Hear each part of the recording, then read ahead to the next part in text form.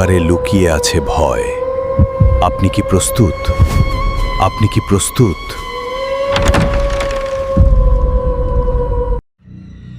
স্বাগতম প্রিয় লিসেনার্স। আমাদের এখন যে ঘটনাটি আমি আপনাদেরকে বলবো, এই ঘটনাটি আমি আমার নিজের মতো করে বলবো না।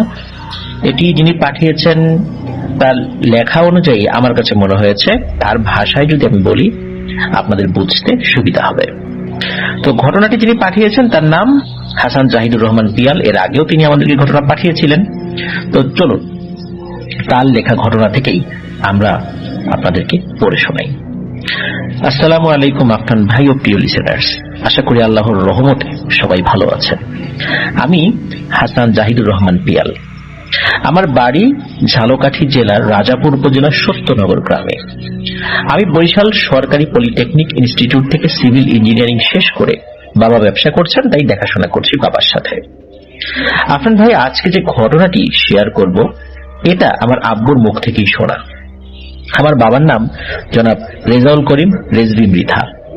গত 10 আগস্ট আমার 2টি ঘটনা শেয়ার করেছিলেন আপনি, যা আমার মা, বাবা, বোন আর আমার স্ত্রী মিলে শুনেছিলাম। আমার ঘটনা শোনার শেষে আব্বু এই ঘটনাটি আমাদেরকে বলেছিলেন। আব্বুর বলা সেই ঘটনাটি আজকে শেয়ার করছি।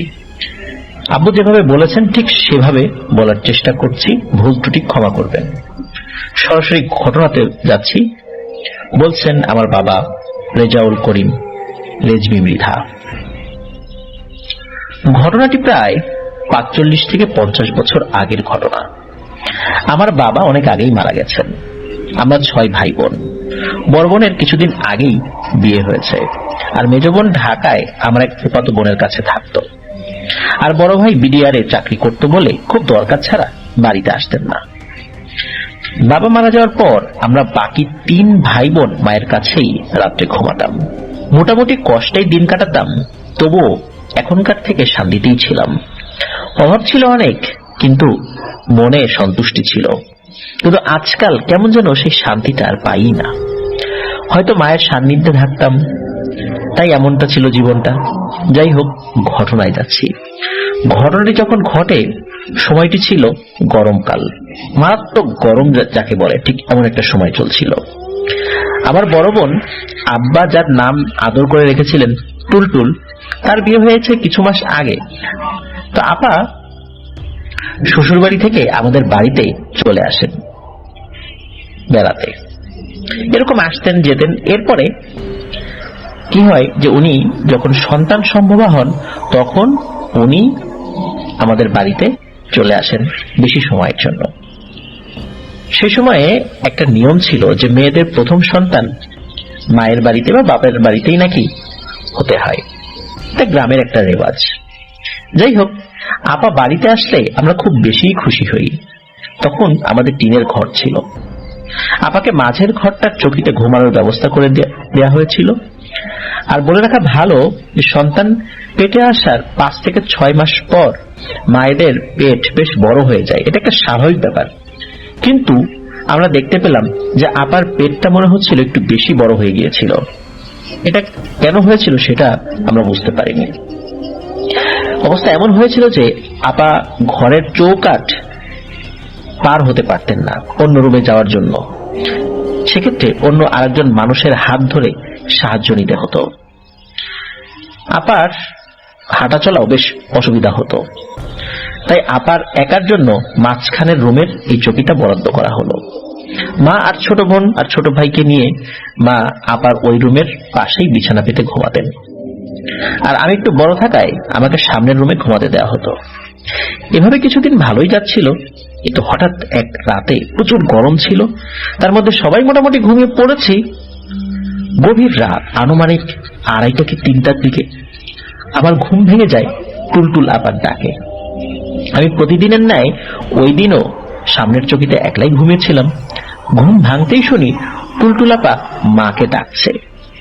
ডাকটা এমন ছিল যে আপা বাইরে গেছে কিন্তু ঘরে আসতে পারছেন না, তাই তার সাহায্যের জন্য ডাকছে। শুরুতেই বলেছি আপা একা একা একটা চৌকাঠও দেখাতে পারতেন না।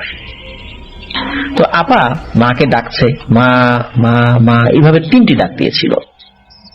ডাকগুলোর মাঝে 1 থেকে 2 মিনিটের ব্যবধান ছিল। আমার মায়ের কান কিন্তু খুবই সজাগ।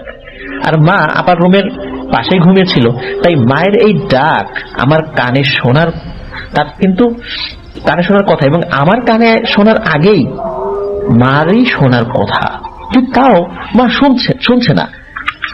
আর আবার ওই মায়াবী কষ্ট ভরা ডাকে আমি খুবই ব্যতিব্যস্ত হয়ে বিছানা থেকে উঠে গেলাম। ঘরের মধ্যে হারিকেনটা একদম কম পাওয়ারে জ্বালানো ছিল এক পাশে।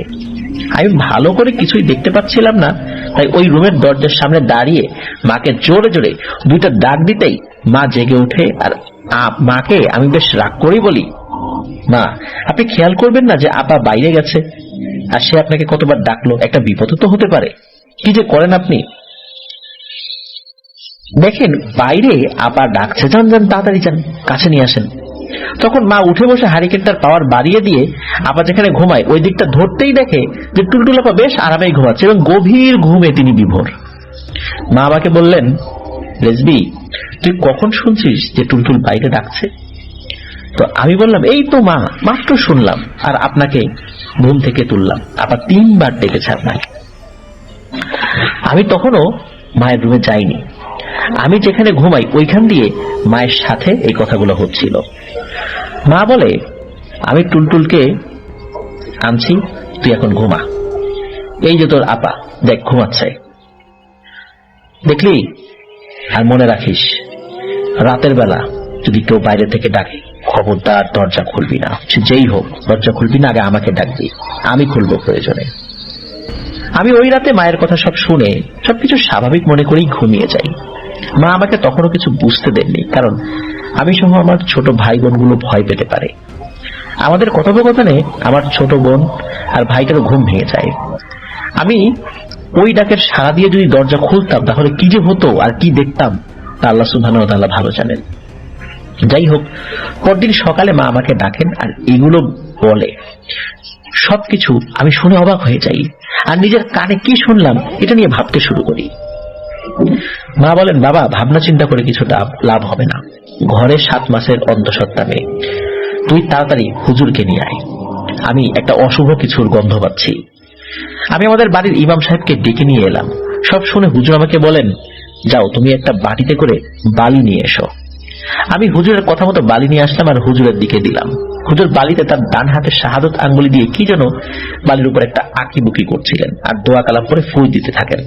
এক পর্যায়ে হুজুর আমাকেও একটু ঝাড়ফুঁক করে দিলেন আর আমাকে বলেন, বাবা তুমি তোমার ঘরের চারপাশে এই বালির কণা দিয়ে মরিয়ে দাও, মানে ছড়িয়ে দাও, অল্প অল্প করে দিও যতটুকু বালি আছে, যাতে করে কাজ শেষ করে চলে আসতে পারো। আমি হুজুরের কথা মতো কাজ করে ফেরত আসি, অল্প অল্প করে বালি চারদিকে ছড়িয়ে দিয়ে আসি। হুজুর চলে যাওয়ার প্রস্তুতি নিচ্ছেন আর মাকে উদ্দেশ্য করে বলেন, ভাবি তেমন কিছু না, ভয়ের কারণ নেই, আমি আপনার ঘর বন্ধ করে দিয়েছি, কালকে রাত্রে একটা দুষ্টু জিন এমনটা করেছে, ও আর আসতে পারবে না, আমি যাচ্ছি। এই বলে হুজুর চলে যান। আসলে ঘটনা শেষ নয়। হুজুর সাহেব যেটা ভেবেছিলেন তা সম্পূর্ণটাই আন্দাজ করে বলেছিলেন, কিন্তু আসলে কি সমস্যা হয়েছিল, কিভাবে কোন উপায়ে সমস্যা সমাধান করতে হবে এটির জন্য হুজুর কোনো ব্যবস্থা নেননি। আর এটাই আমাদের ভোগান্তি আরো বাড়িয়ে দিয়েছিল। হুজুর যে মনে দোষ নিয়ে এমনটা করেছেন তা না, উনি ভেবেছিলেন এমন ঘটনা তো সবসময় শোনা যায়, সাধারণভাবে যে ট্রিটমেন্টটা দেন উনি সেটাই করেছেন। তবে ঘটনাটি ছিল অন্য ঘটনা থেকে আসলেই আলাদা, সম্পূর্ণ ব্যতিক্রম, যেটা আমরা অনেক পরে জেনেছি। যে জিনটি এসেছিল রাত্রে, সে এবার আমার মায়ের স্বপ্নে আসতে শুরু করে। স্বপ্নে এসে বলে, তোর যে কোনো একটা ছাড়তে হবে, হয় তোর একটা সন্তান, না হলে তোর মেয়ের গর্ভে থাকা সন্তান। আমার মাকে সে বলতে থাকে, তুই আমার আশা বন্ধ করার জন্য ব্যবস্থা নিছিস, হুজুর ডাকছিস, কি ভাবছিস তোকে ছেড়ে দেবো আমি? তোকে সারাদিন ঘরের মধ্যেই থাকবি না বাইরে বের হবি? বাইরে বের হবি না? ঘর বন্ধ করলেই কি মুক্তি পাওয়া যায়? ওই দিন রাতে তোর পরিবারের কাউকেই আমার শিকার বানাতে পারি নাই, আমি রাগে রাঙা মৃধার কালো রঙের বলদটাকে চেপে মেরে ফেলেছি। তুই তোরা কেউ বের হতি, তোদেরও ওই অবস্থায় আমি করতাম যেভাবে ওই গরুটাকে আমি চেপে মেরেছি। ভাগ্য ভালো তোদের, কিন্তু অপেক্ষায় থাক, আমার হাত থেকে তোদের কেউ বাঁচতে পারবে না। এখানে বলে রাখি, ওই দিন সকালে আমাদের মৃধাবাড়ির একটি ঘটনা সকলের নজরে আসে। একটা অস্বাভাবিক ঘটনা ঘটেছিল রাত্রে। ঘটনাটি হচ্ছে, আমার এক চাচাতো ভাই, তার নাম রাঙা মৃধা, তার 2টা হালের বলদ ছিল। গরু দুটির একটি লাল একটা কালো। এই কালো রঙের বলদ গরুটা ছিল অনেক শক্তিশালী আর বদমেজাজি। ওই গরুটা একদম সুস্থ স্বাভাবিক, কিন্তু যেদিন আমাদের ফ্যামিলিতে এই ঘটনাটি ঘটে, ওই দিন একদম সকালবেলা রাঙা মৃধা তার গরু গোয়াল থেকে মাঠে নিয়ে যাওয়ার জন্য গোয়াল ঘরে যায়, আর সেখানে গিয়ে দেখে অমন তেজি কালো রঙের বলদ গরুটা মৃত অবস্থায় গোয়াল ঘরে পড়ে আছে। এটা দেখার পর রাঙা চিৎকার দিয়ে কান্নাকাটি শুরু করে। ওই সময় মানুষ গরু ছাগল দিয়েই কিন্তু ধান ফসল এগুলো ফলানোর চেষ্টা করতো, বিশেষ করে গরু দিয়ে হাল চাষ করত, তারপর ছাগল মুরগি এগুলো পালতো, এগুলো বিক্রি করত। এভাবে কিন্তু মানুষ জীবনযাপন করত। একটা গৃহস্থের একটা গরু মরে যাওয়া আর সন্তান মরে যাওয়ার আসলে তেমন কোনো ফারাক করা হতো না।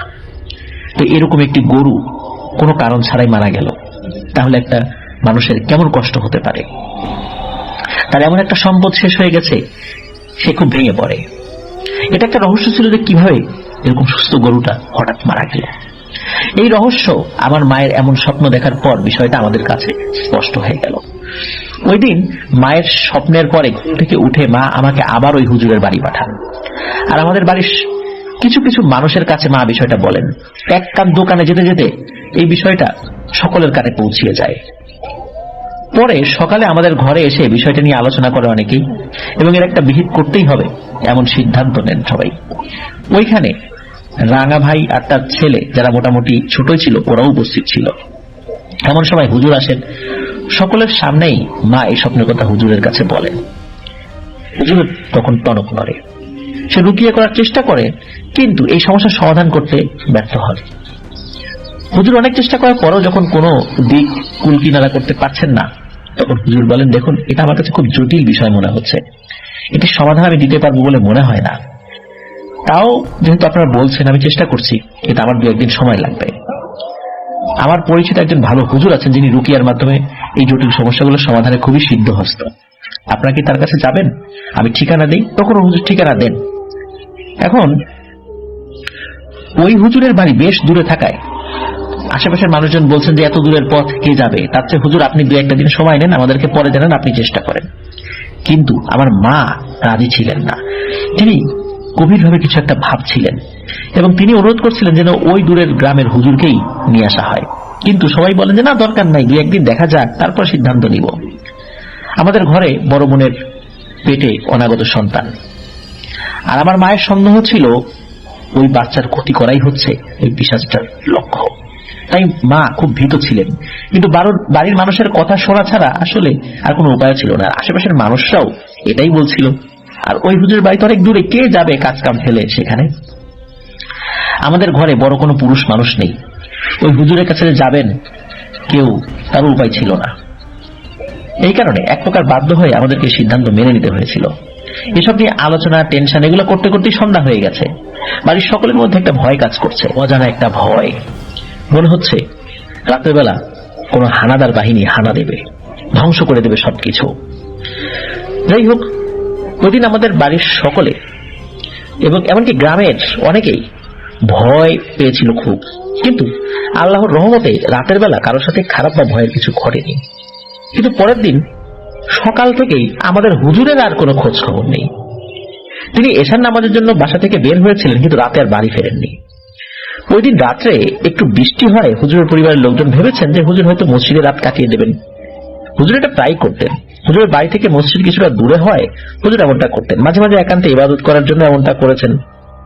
এই কারণে পরিবার থেকে বিষয়টা স্বাভাবিকভাবে নিলেও সকালবেলার সাথে সাথে তাদের চিন্তা বাড়তে থাকে।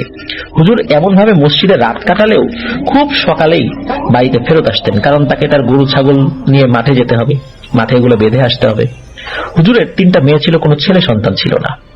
বিষয়টি নিয়ে গভীর চিন্তা শুরু হয়ে যায় সকলের মধ্যে। পরিবার থেকে আশেপাশে খবর দেওয়া হয় হুজুর কোথায়, কিন্তু কেউ তো হুজুরকে খুঁজে পাচ্ছে না। কেউ হুজুরকে সকাল থেকে দেখেনি। এমনকি লোকজন জানায় হুজুর ফজরের নামাজও পড়ান নাই। কোথায় গেল হুজুর? আশেপাশের লোকজন হুজুরকে খুঁজতে থাকে, কিন্তু হুজুরকে কোথাও পাওয়া যায় না।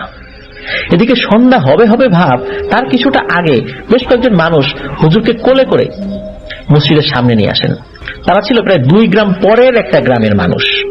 তারা জানান তাদের গ্রামে একটা ভিটা রয়েছে যার নাম লাল খায়ের ভিটা, যেখানে মানুষ রাতে তো ভালো, দিনের বেলাও এখানে যায় না। ওই ভিটার পাশ দিয়ে কোনো কৃষক বাড়ি ফেরার পথে নাকি নানা রকম অসুবিধায় পড়েন।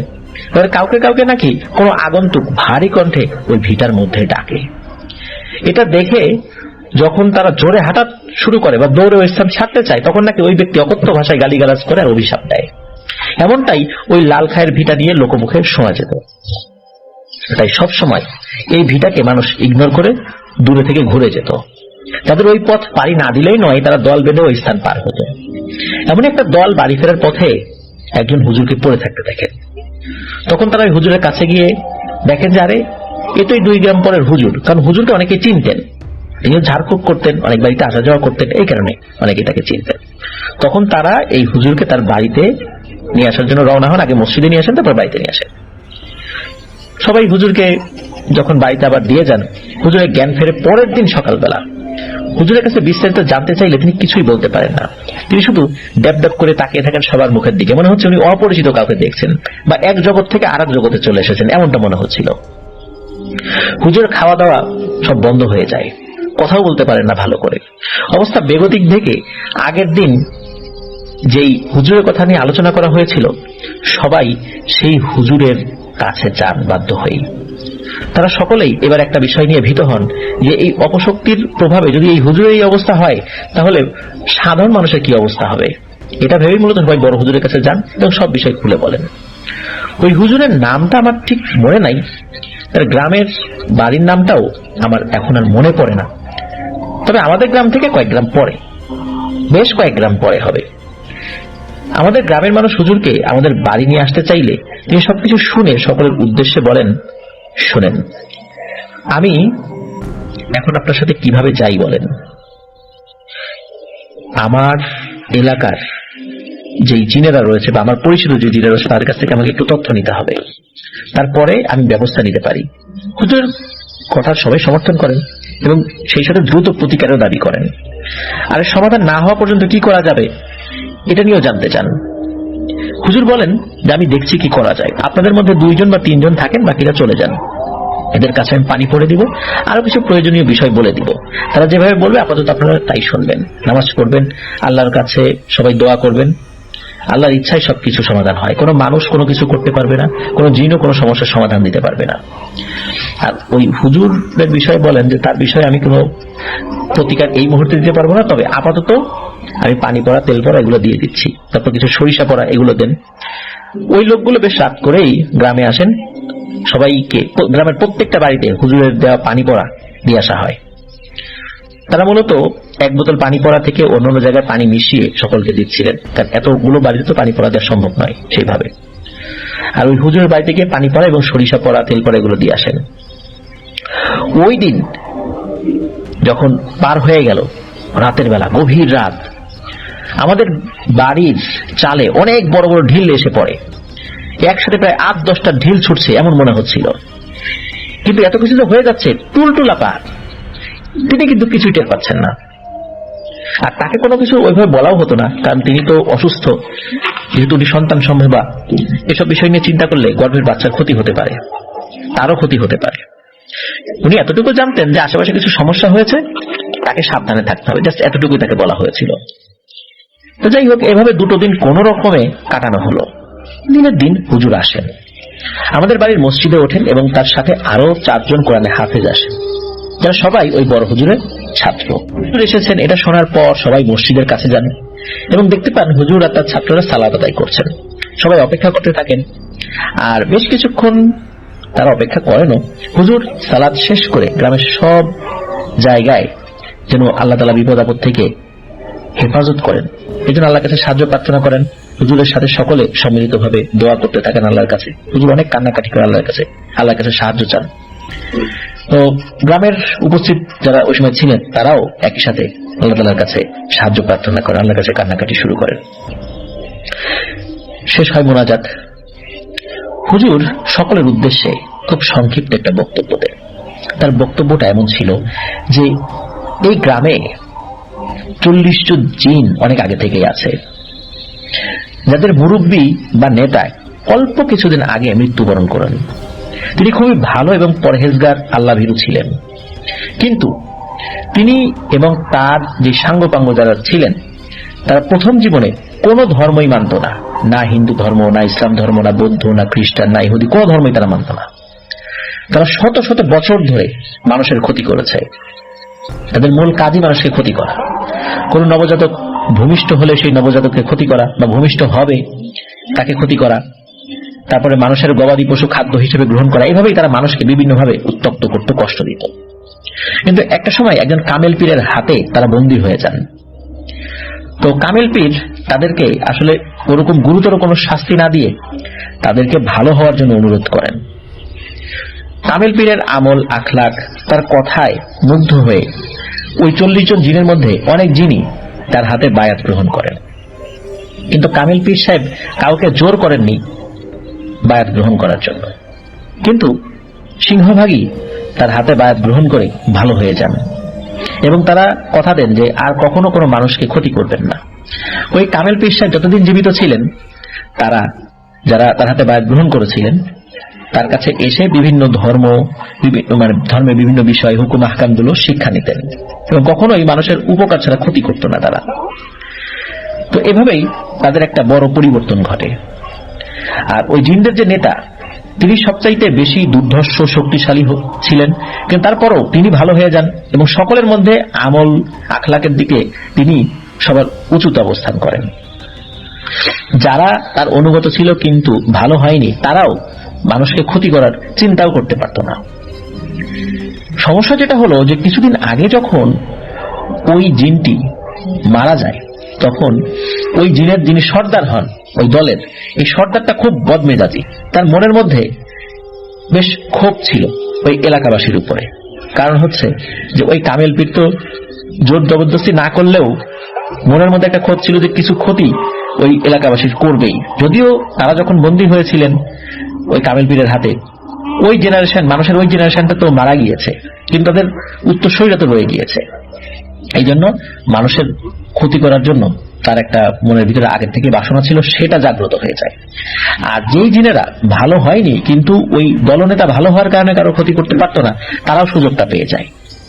এই জন্যই মূলত কিছুদিন ধরে এই সমস্যাটা সৃষ্টি হয়েছে। তখন ওই হুজুর এটাও বলেন যে আপনাদের চিন্তার কোনো কারণ নাই, আমি চেষ্টা করব কিভাবে সমস্যার সমাধান করা যায়, আল্লাহর ইচ্ছায় ইনশাল্লাহ আমরা এটা পারবো। তো বড় হুজুর সহ তার ছাত্র সহ টোটাল লোক ছিল 5 জন। তারা বিভিন্ন রিচুয়াল করে, রুকিয়া করে ওই দুষ্টু জিনগুলোকে আটকাতে সক্ষম হন যারা মানুষকে ক্ষতি করত। পরবর্তীতে তাদের যে দলনেতা এসে ক্ষমা চান যে তারা অন্যায় করেছে এবং তিনিও তওবা করেন এবং এটাও বলেন যে তারা আর কখনো মানুষকে ক্ষতি করবে না। তাদের একটা ক্ষোভ ছিল, সেই ক্ষোভের কারণে এটা করেছে এবং তারা এটা আর করবে না। হুজুর এরপরে কি করেন, ওই যেই হুজুরটা নিরুদ্দেশ হয়ে গেছিলেন হঠাৎ করে, তার বাসায় যান। তার বাসায় যখন যান তখন তিনি কিছু রিচুয়াল করেন এবং ওই হুজুর সুস্থ হয়ে যান এবং দিব্যি স্বাভাবিকভাবে কথা বলা শুরু করেন। তখন ওনার সাথে কি হয়েছিল যখন জানতে চান, তখন উনি কিছু অদ্ভুত তথ্য দেন। আসলে এই তথ্যগুলো আমার নিজের কাছেও জানা ছিল না, আপনারা শুনুন সেই ঘটনা। হুজুর জানান যে তিনি এশার নামাজ পড়ে বাড়ি আসার জন্য যখন রওনা দেন তখন আর কিছুই তার মনে নাই। হাঁটাচলা করছিলেন, হাঁটতে হাঁটতে আসেন, হঠাৎ করে ওনারা কিছু মনে নাই। তার যখন জ্ঞান হয় তিনি এক অদ্ভুত জায়গায় নিজেকে আবিষ্কার করেন। তিনি দেখেন তিনি একটা প্রাসাদের বাগানে শুয়ে আছেন আর আশেপাশে বেশ কিছু মানুষ, তাদের উচ্চতা ছিল প্রায় 10 ফুট। তারা বলেছিল এই হুজুর আমাদের কাজে বাধা দিতে চায়, সে গ্রামবাসীদেরকে সাহায্য করে এবং এই হুজুর আমাদের শত্রু। স্বাগতম। তাদের মাঝে আবার একজন বলে ওঠে, না না, ওর তেমন কোনো ক্ষতি করা যাবে না, ও হুজুর মানুষ, এর থেকে ভালো ওকে কিছুদিন আটকে রাখি আমরা। সেই হুজুরের ভাষ্য মতে তিনি প্রায় 2 মাস নাকি ওই জিনদের সঙ্গে ছিলেন, কিন্তু ওই লাল খায়ের ভিটায় হুজুরকে কিন্তু একদিন পরেই পাওয়া গিয়েছিল। তাহলে উনি ওইখানে 2 মাস কিভাবে থাকলেন? হুজুর ওই দেশে থাকতে নাকি উনি জিনদের অনেক বিষয় জানতে পারেন যা স্বাভাবিক মানুষ কখনো জানতে পারে না। তিনি বলেন জিনদের দেশে নাকি দিন গণনা করার আলাদা উপায় আছে। তারা নাকি মানুষকে নিয়ে অনেক আলোচনা করে। তাদেরকে হাসাহাসি করতে দেখা যায় মানুষের অনেক বিষয় নিয়ে। যেমন ওরা নাকি আলোচনা করে যে মানুষ একটা জাতি, অথচ এদের মধ্যে এত দেশ ভাগ করা কেন, বিভিন্ন দেশে দেশে এরা বিভক্ত, অথচ ইনসান তো একটাই জাতি। তারা এরকম হাসাহাসি করে আর কি। তো এইসব কথা যখন ওই হুজুর বলছে, তখন বড় হুজুর তাকে হঠাৎ করে থামিয়ে দেন, তাকে ঝাড়ফুঁক শুরু করেন এবং বড় হুজুর বলেন যে আল্লাহর রহমতে এই সমস্যা শেষ হয়ে গেছে, গ্রামবাসী আর এখন আপনার সবাই ইনশাল্লাহ আশঙ্কা মুক্ত। হুজুর যাওয়ার সময় বলে যান ছোট হুজুরকে যে আপনি যা দেখেছেন শুনেছেন এগুলো আর কাউকে বলা যাবে না, যতটুকু বলেছেন এতটুকুই। ওই হুজুর আর কিছু বলেননি। থামিয়ে দেওয়ার পেছনে কারণ ছিল, সেটা হলো ওই বড় হুজুরের সাথে দুটো ভালো জিন ছিল। তারাই নাকি বড় হুজুরকে বলেছিলেন যে ওই হুজুরকে থামান। কারণ হচ্ছে জিন জাতির বিভিন্ন ব্যাপারগুলো খুব গোপন, এগুলা মানুষের জানার নাকি এখতিয়ার নাই, জানা উচিত নয়, জানলে জিনদেরও সমস্যা হয়। এই কারণেই মূলত ওই দুটি জিন নাকি ওই হুজুরকে থামতে বলেছিলেন, তাকে থামাতে বলেছিলেন। এই জন্য ওই হুজুর অন্য হুজুরকে থামিয়ে দেন। যদি ওই সময় না থামাতেন হয়তো আরো অনেক তথ্য জানা যেত। এটি ছিল ঘটনা। আফনান ভাই, ঘটনাটি আমার বাবা আমাদেরকে বলেছেন একদম সত্য একটি ঘটনা। অনেক সময় নিয়ে লিখেছি, ভুল ত্রুটির জন্য ক্ষমা চেয়ে নিচ্ছি, করে। লিসেনার্স, আমার কাছে ঘটনাটি বেশ ভালো লেগেছে, আশা করছি আপনাদের কাছেও ভালো লেগেছে।